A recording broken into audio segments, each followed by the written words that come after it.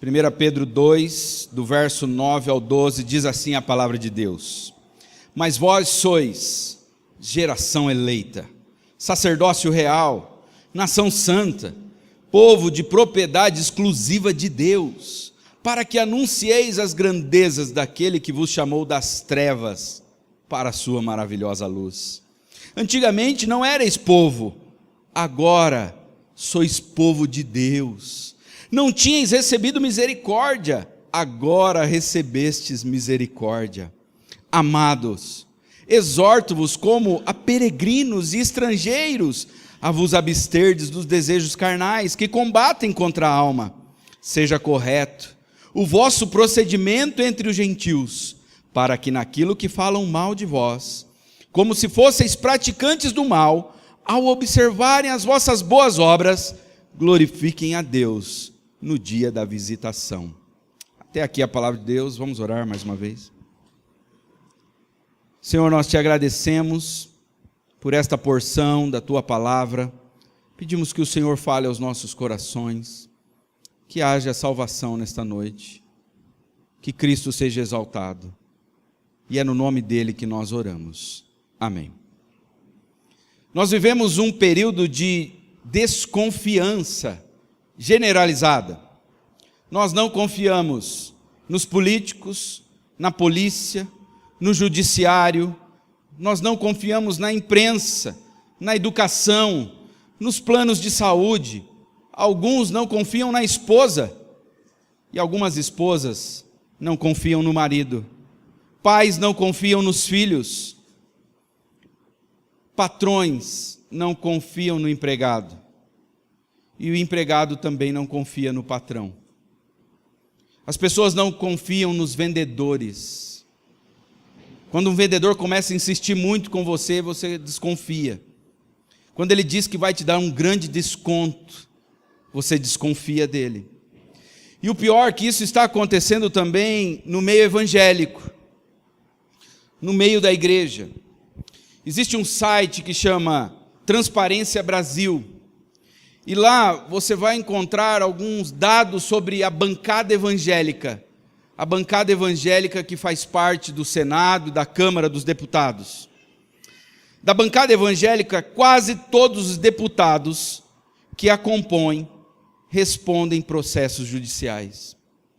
95% da bancada estão entre os mais faltosos, os que mais faltam nos compromissos que tem ali. 87% da bancada evangélica está entre os mais inexpressivos. Na última década não houve um só projeto de expressão ou capaz de mudar a realidade do país, encabeçado por um parlamentar evangélico.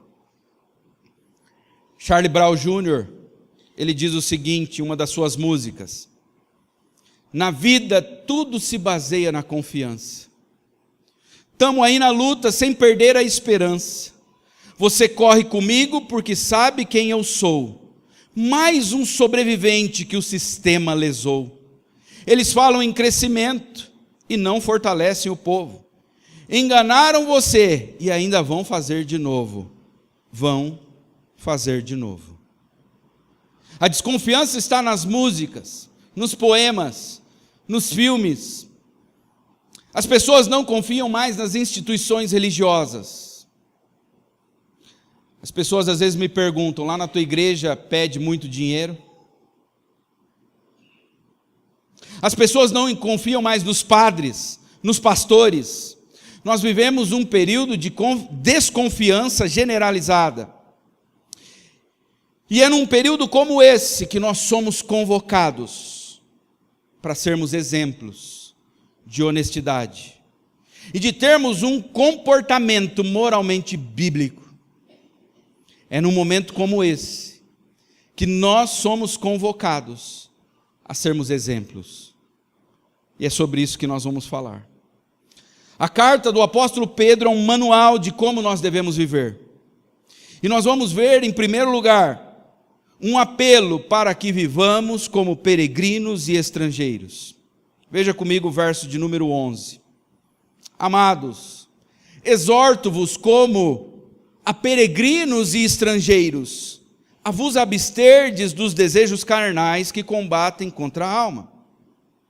A palavra que Pedro usa aqui para peregrino é classe de habitantes sem plenos direitos de cidadania, residem sem pátria e cidadania em um local estranho. O que é um peregrino? Ele não tem cidadania, ele está num país, mas ele não é cidadão, ele não tem direitos naquele país. E Pedro usa uma outra palavra, estrangeiro. A palavra estrangeiro significa forasteiro, visitante. Aqueles que estão num lugar por certo tempo, mas não fixam residência. O que o apóstolo Pedro está nos dizendo é: a sociedade tem que perceber que nós estamos aqui, mas que nós não somos daqui. Filipenses 3:20 diz: nossa cidadania, nós não somos daqui. Nossa cidadania, porém, está nos céus, de onde esperamos ansiosamente um Salvador, o Senhor Jesus Cristo. Hoje se fala muito em imigrante, estrangeiro, refugiado. Nós estamos vendo muito isso, como talvez nunca ouvimos tanto, talvez por causa da mídia. Mas o estrangeiro sempre foi e talvez hoje seja ainda mais criticado. Nós estamos vendo países querendo fazer barreiras, alguns até querendo fazer muros, para que as pessoas não entrem. O estrangeiro sempre foi alguém criticado pela sociedade. Eu já ouvi de pessoas que são descendentes de japoneses e que foram trabalhar no Japão. E lá eles foram hostilizados, maltratados pelos japoneses. Porque eles não são japoneses puros, são mestiços. Os piores serviços são dados aos estrangeiros. Mas hoje nós vamos perceber algo interessante. Está cada vez mais difícil perceber quem é estrangeiro. Porque nós vivemos em um mundo hoje que se chama globalizado. O que quer dizer esta palavra globalizado ou globalização? A palavra globalização significa um processo de aproximação entre as diversas sociedades e nações existentes por todo o mundo, seja no âmbito econômico. Hoje há uma aproximação econômica, todo o comércio internacional é feito através de uma única moeda, o dólar, e agora tem os bitcoins, essa moeda que é usada no meio da internet. Então, globalização é uma aproximação econômica, social, cultural e política entre as várias nações deste mundo. O que isso quer dizer? Que as pessoas estão cada vez mais parecidas. É difícil saber quem é estrangeiro. Se você vai em uma outra nação, os jovens estão usando o mesmo celular. Você vai lá na Coreia, você vai na Nova Zelândia e no Brasil, os jovens usam o mesmo celular. Eles comem o mesmo lanche. Todos vão ao McDonald's ou ao Burger King. Usam o mesmo tipo de roupa, usam o mesmo corte de cabelo. Eles assistem os mesmos filmes. A Netflix hoje virou algo mundial, onde todos estão vendo as mesmas séries, os mesmos filmes. As pessoas também estão ouvindo as mesmas músicas. Esses dias eu vi um documentário da banda mais famosa do mundo. Sabe de onde ela é? Da Coreia do Sul. Eles estão vindo agora para o Brasil e os ingressos já estão todos esgotados. E o ingresso mais barato custa R$900. Uma banda sul-coreana hoje é a banda mais popular do mundo. E dizem que ela é mais popular do que foram os Beatles. A cultura regional, ela está sendo engolida pela cultura global. E eu não vejo problema nisso, irmãos. Não há um problema de nós usarmos a mesma roupa, termos o mesmo cor de cabelo, ouvirmos as mesmas músicas. O problema é que a degradação moral também está sendo globalizada.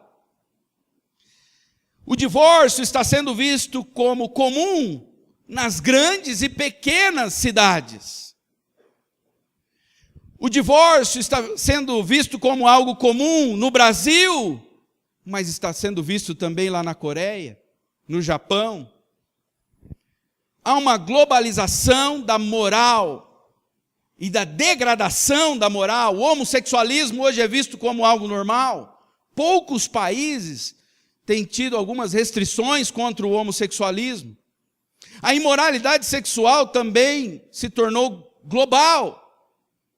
O sexo antes do casamento é algo comum. O sexo entre pessoas do mesmo sexo é algo comum. O consumismo também está sendo globalizado. O uso de drogas. E na igreja também não é diferente. Assim como está cada vez mais difícil identificar um estrangeiro na sociedade, está difícil identificar um discípulo de Cristo. Eu me lembro quando eu era pequeno, tinha a idade talvez do meu filho, uns 10 anos, havia um grupo de ciganos que moravam ali na região do Terra Branca. Quantos aqui lembram disso? E você sabia que eles não pertenciam a este lugar. Eles tinham barracas, eles usavam roupas diferentes, algumas mulheres cheias de ouro até no dente, sorria, era aquele sorriso cheio de ouro. E nós percebíamos facilmente que eles não pertenciam à nossa nação, eles não pertenciam à nossa cultura. E hoje está cada vez mais difícil identificar um cristão. Quase não se vê diferença entre o cristão e o não cristão. Não há diferença no nosso consumo. Nós somos consumistas e compramos coisas fúteis. Gastamos o nosso dinheiro naquilo que não é pão, como diz a palavra de Deus. Como em coisas fúteis. Assim como os não crentes. Tem gente que não pode ver aqueles programas de Polishop, que sai passando cartão. Nós estamos tão consumistas quanto os não crentes. E consumimos coisas fúteis. E pasme, somos avarentos. Nós não somos generosos. Nós gastamos para o nosso próprio prazer, mas não investimos na obra de Deus, não investimos no reino de Deus, na obra missionária, não investimos na igreja, na propagação do evangelho. Não há diferença na libertinagem. O número de divórcios lá fora está sendo o mesmo aqui dentro. O número de divórcios que acontece dentro da igreja está igual ou até mesmo maior, às vezes, que lá fora. Nós somos iguais no excesso. Nós somos iguais na desonestidade. Alguns empresários estão dizendo: eu não contrato mais crente. Na minha empresa, crente não trabalha mais. E há alguns anos, era uma diferença você ser cristão, você poderia arrumar um emprego por ser cristão. E hoje as pessoas não querem mais. Na malandragem, como eu disse na introdução, nós estamos vendo isso lá no Senado, na Câmara dos Deputados. Pessoas recebendo propina, fazendo coisas erradas. São eleitos pelo povo e não têm compromisso, não comparecem nos compromissos que eles têm que participar lá. São preguiçosos, não trabalham, são vadios. O versículo 11 diz: amados, exorto-vos como a peregrinos e estrangeiros, a vos absterdes dos desejos carnais que combatem contra a alma. Pedro não está dizendo para nós nos isolarmos do mundo, mas para lutarmos contra os nossos impulsos carnais. Ele diz que estes desejos carnais, eles combatem A palavra que ele usa para combater é guerra. Há uma guerra dentro de nós. Uma guerra para que nós satisfaçamos os nossos desejos carnais. E o que seriam esses desejos carnais de que Pedro está falando aqui? Às vezes nós somos tentados a colocar coisas que ele não disse, a acrescentarmos coisas que ele não falou, e acabamos não falando o que realmente quer dizer os desejos carnais. O próprio apóstolo Pedro vai falar em sua carta. 1 Pedro 4,3. 1 Pedro 4,3 diz: no passado, vocês já gastaram tempo suficiente fazendo o que agrada aos pagãos. Naquele tempo, vocês viviam em libertinagem, na sensualidade, nas bebedeiras, orgias e farras, e na idolatria repugnante. É disso que Pedro está falando.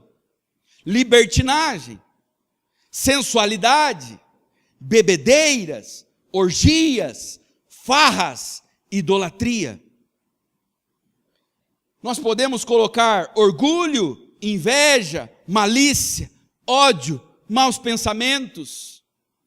Nós podemos colocar dentro de libertinagem palavras, conversas frívolas, conversas imorais, piadas imorais, palavrões. O apelo é para que nós tenhamos uma vida correta diante da sociedade, de uma sociedade não cristã. Olha o verso 12, a parte A. Seja correto o vosso procedimento entre os gentios. E gentios aqui é sinônimo de não cristãos. É disso que Pedro está falando. Que existem pessoas que não estão agindo como estrangeiros. E eles não fazem isso quando eles se envolvem em sensualidade. A gente pode se envolver em sensualidade através das mídias sociais, através de filmes, músicas. Nós podemos nos envolver com sensualidade, libertinagem, através de um namoro imoral, através de adultério, sexo fora do casamento, através do homossexualismo, sexo com pessoas do mesmo sexo. É disso que Pedro está falando. Bebedeiras. Irmãos, Pedro não está dizendo que é proibido beber, mas ele está dizendo que um crente não pode encher a cara. Existem crentes ficando bêbados, enchendo a cara, e pasme, às vezes o filho desta pessoa vê ela várias vezes com uma lata de cerveja na mão, mas nunca viu o seu pai com os joelhos dobrados orando a Deus. O filho vê o pai várias vezes bebendo, mas nunca viu o pai lendo a Bíblia. O que é isso que está acontecendo no nosso meio? E é possível que o filho até se assuste ao ver o pai com a Bíblia. Que é isso, pai? A filha vê a mãe diariamente no celular, mas nunca vê a mãe pegando uma Bíblia na mão, dobrando os joelhos. Você que está aqui nesta noite, o seu filho já te pegou orando, ajoelhado, mas ele te vê diariamente na televisão, na internet, bebendo. Nós somos chamados para sermos diferentes, estrangeiros. Estrangeiros. O seu filho vê você gastando o dinheiro que não é teu, que é de Deus, em coisas fúteis. Mas o seu filho tem visto você entregando sua contribuição. O seu filho e a sua filha, a sua esposa, os seus vizinhos conseguem perceber que você é uma pessoa generosa. Ou você é um consumista, de coisas fúteis. Irmãos, nós temos que ter uma vida simples. Nós temos que ter uma vida simples para que nós possamos ajudar outras pessoas. A Bíblia diz: levem as cargas uns dos outros. Levem os fardos uns dos outros.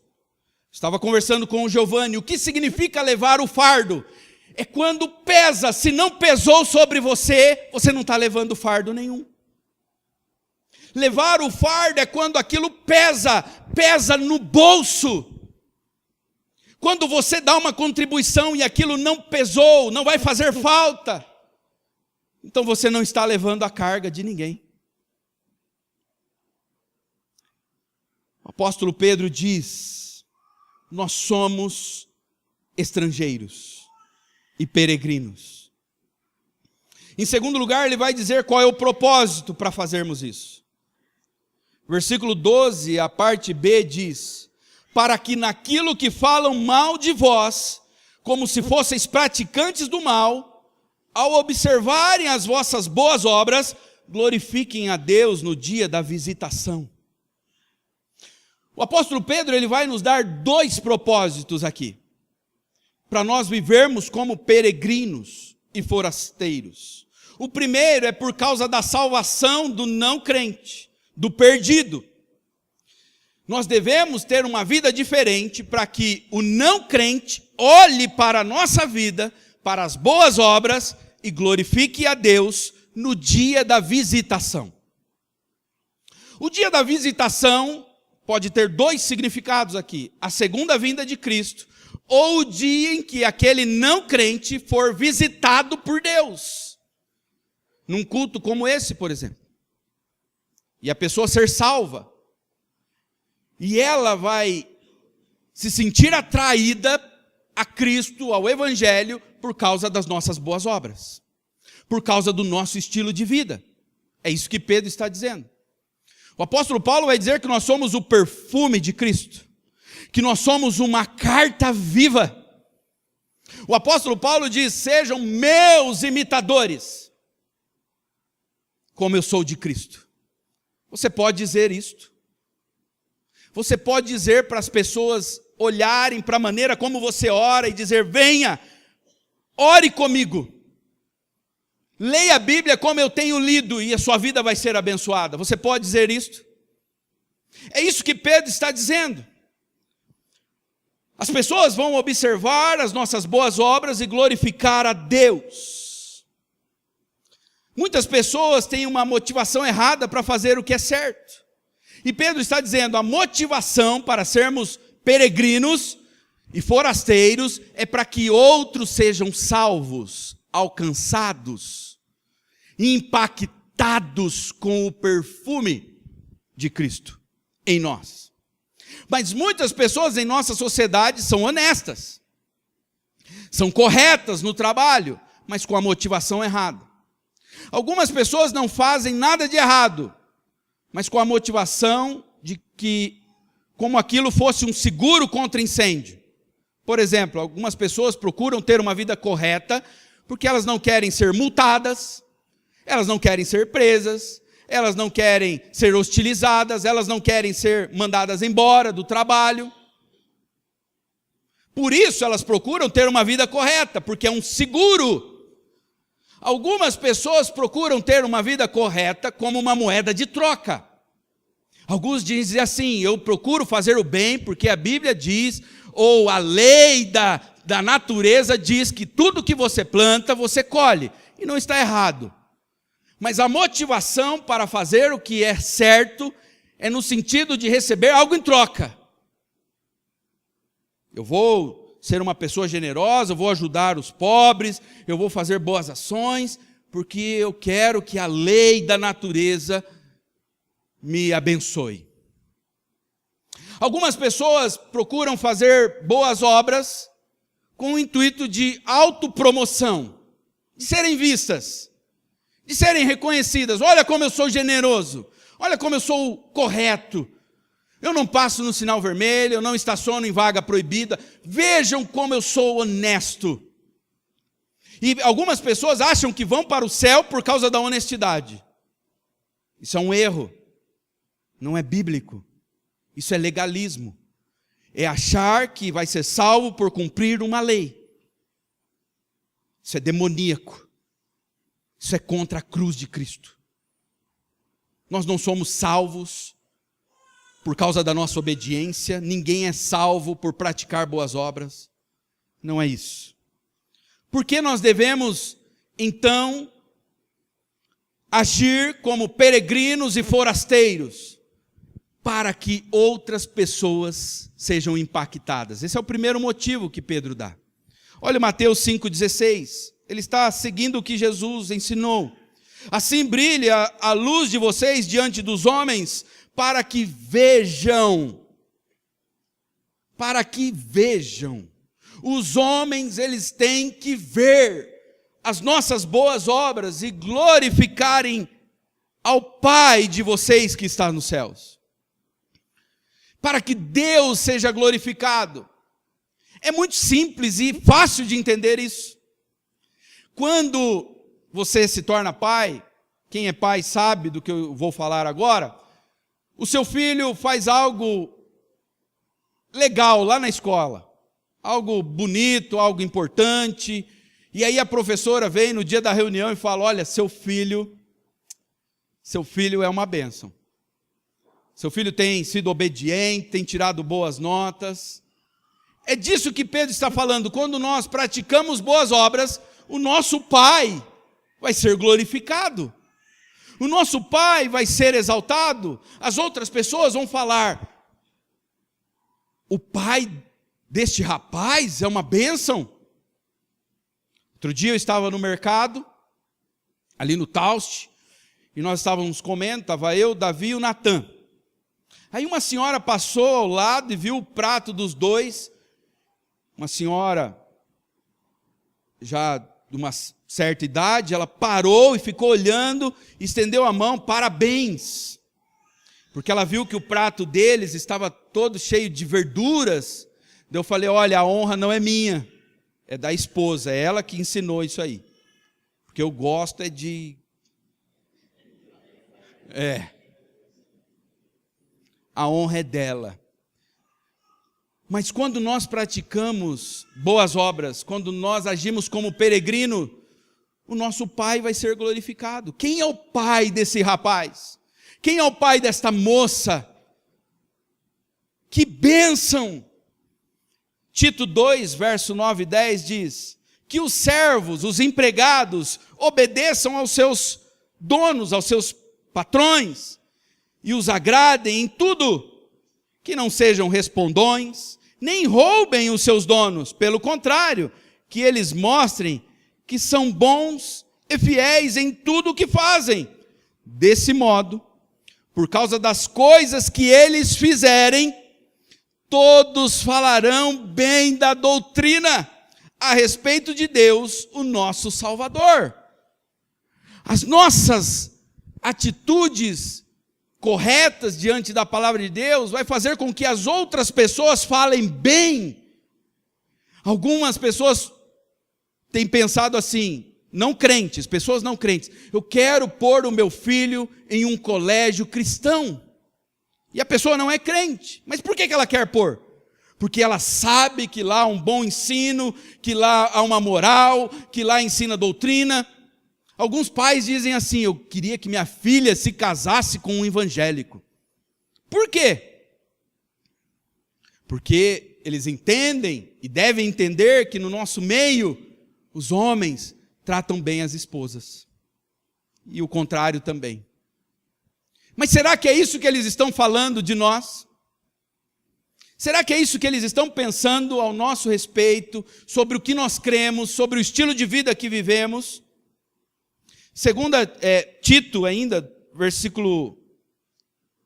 esse eu já falei, perdão. 1 Pedro 3,16 diz: contudo, façam isso com mansidão e respeito, conservando a boa consciência, de forma que os que falam maldosamente contra o bom procedimento de vocês, porque estão em Cristo, fiquem envergonhados de suas calúnias.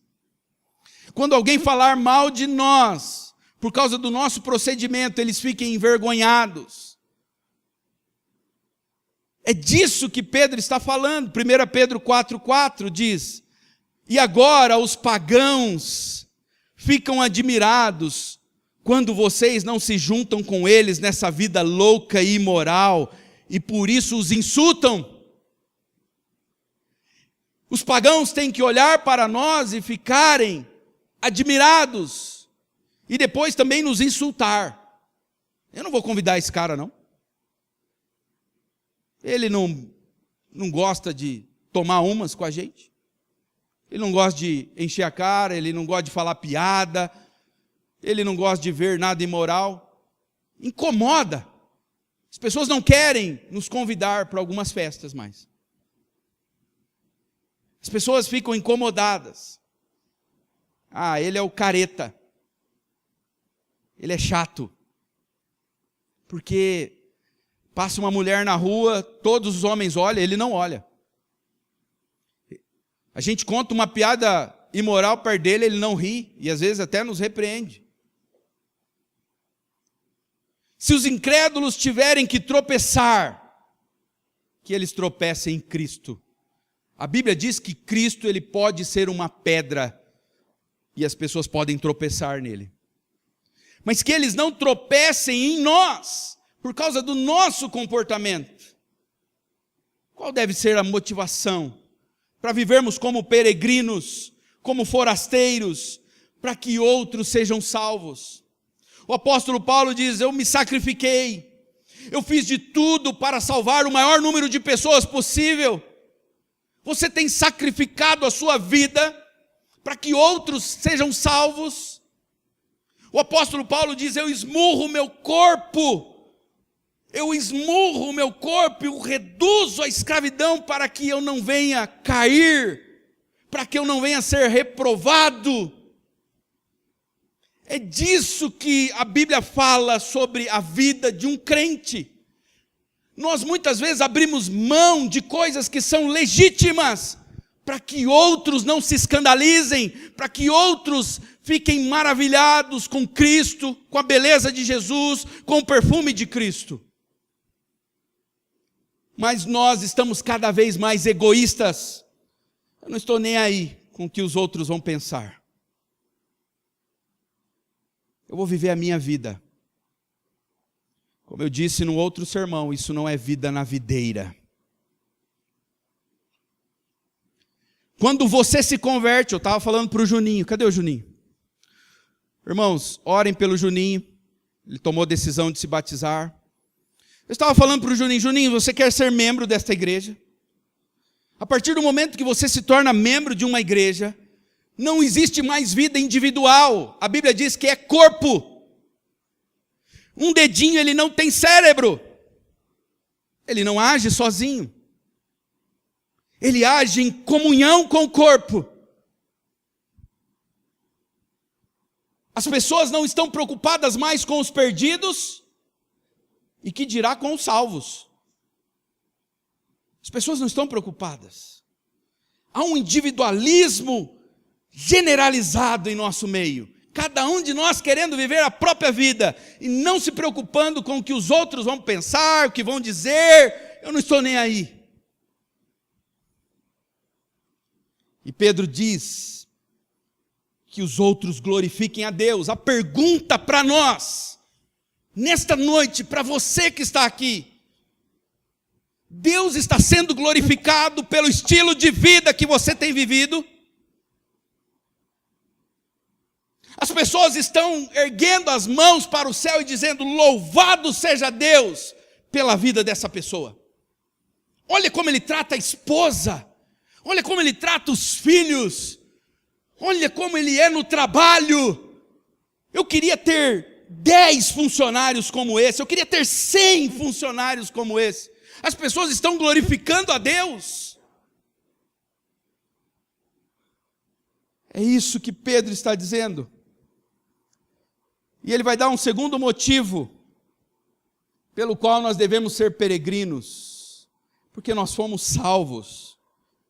1 Pedro 2,9 diz: vocês, porém, são geração eleita, sacerdócio real, nação santa, povo exclusivo de Deus. Irmão, só nesse texto daria uma pregação aqui. Eu não tenho tempo. Mas pense em cada frase desta aqui.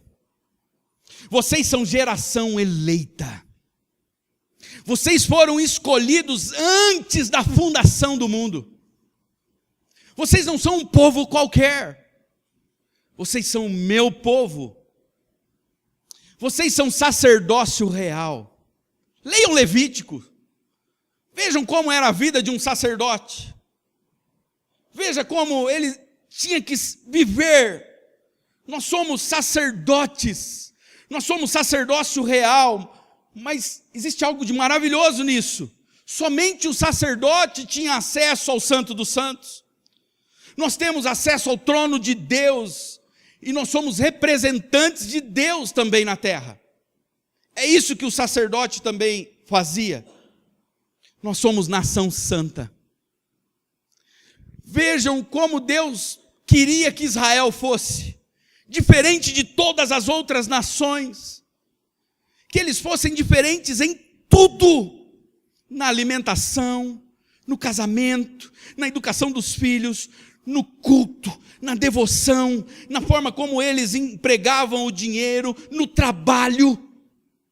Eles não podiam trabalhar igual os outros, eles tinham que tirar um dia para descansar, confiando que Deus iria suprir naquele dia, e aquele dia era dedicado ao Senhor. É uma nação santa significa separada, exclusiva para Deus. E por que Pedro diz isso? Porque nós fomos comprados. Nós não somos mais de nós mesmos.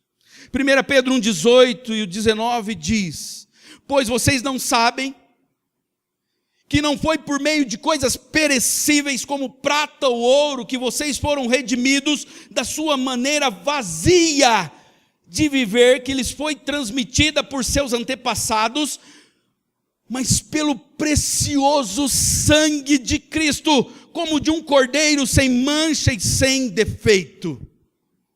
Nós fomos comprados, e por um preço alto, pelo sangue de Cristo. 1 Pedro 2,10 diz: antes vocês nem sequer eram povo, mas agora são povo de Deus. Não haviam recebido misericórdia, mas agora receberam misericórdia. E o que significa receber misericórdia? Vocês foram salvos da ira de Deus. Vocês foram adotados, reconciliados, comprados, regenerados, batizados no Espírito Santo. Vivamos então como peregrinos. Por quê? Para que as pessoas glorifiquem a Deus, os perdidos sejam salvos, e para que Deus seja glorificado. Nós devemos viver como peregrinos, porque Ele nos comprou. Nós somos propriedade dEle. O apóstolo Paulo diz: não sou mais eu quem vivo, mas Cristo vive em mim.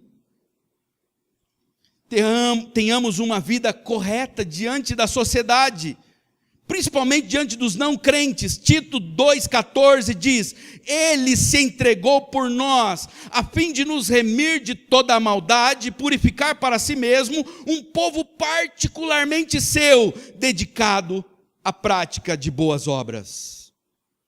Devemos viver como peregrinos e forasteiros, porque Cristo foi peregrino nesta terra.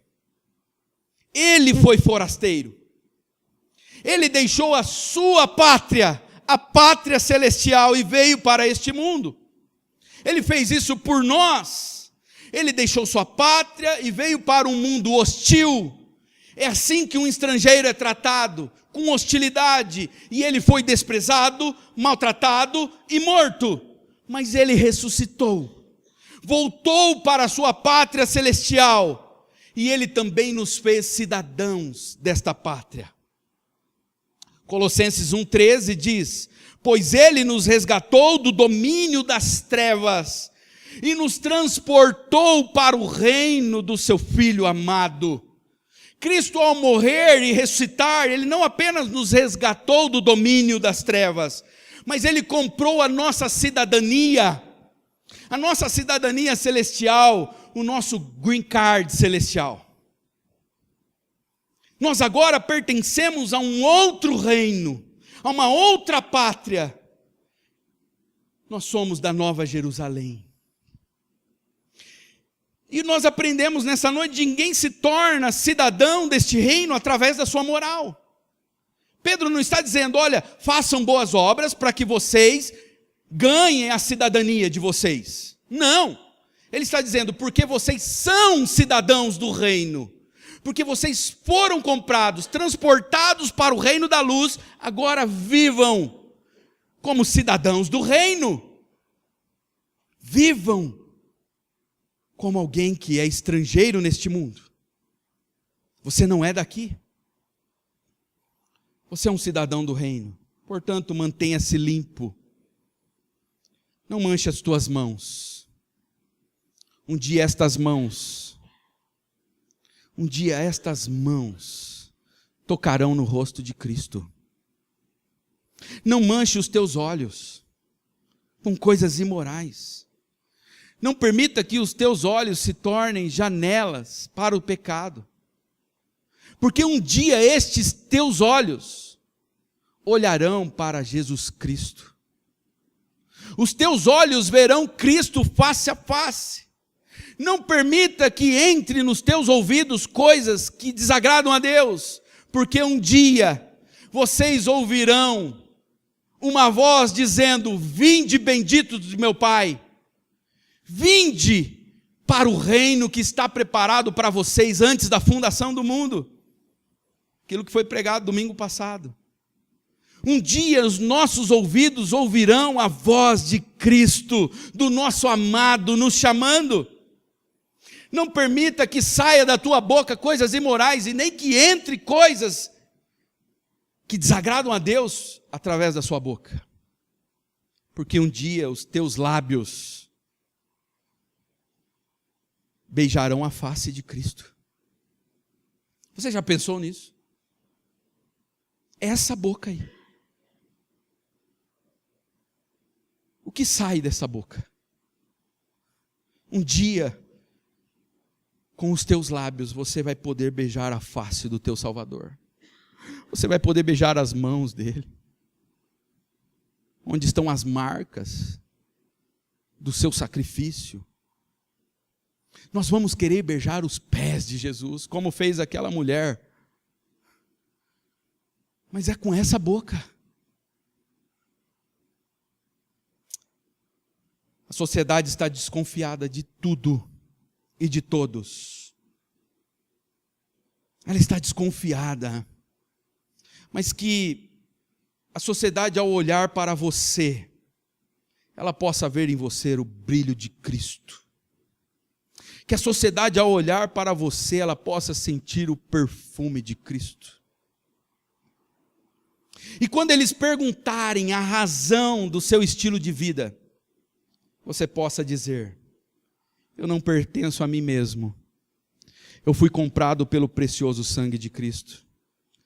Quando as pessoas que estão longe de Deus olharem para a sua vida e perguntarem por que você é assim, você possa dizer, eu não sou daqui. Eu aguardo uma cidade, a cidade celestial, cujo arquiteto é Deus. Eu sou estrangeiro aqui. Eu sou peregrino. Eu sou forasteiro. Eu sou cidadão da Nova Jerusalém. Vamos orar.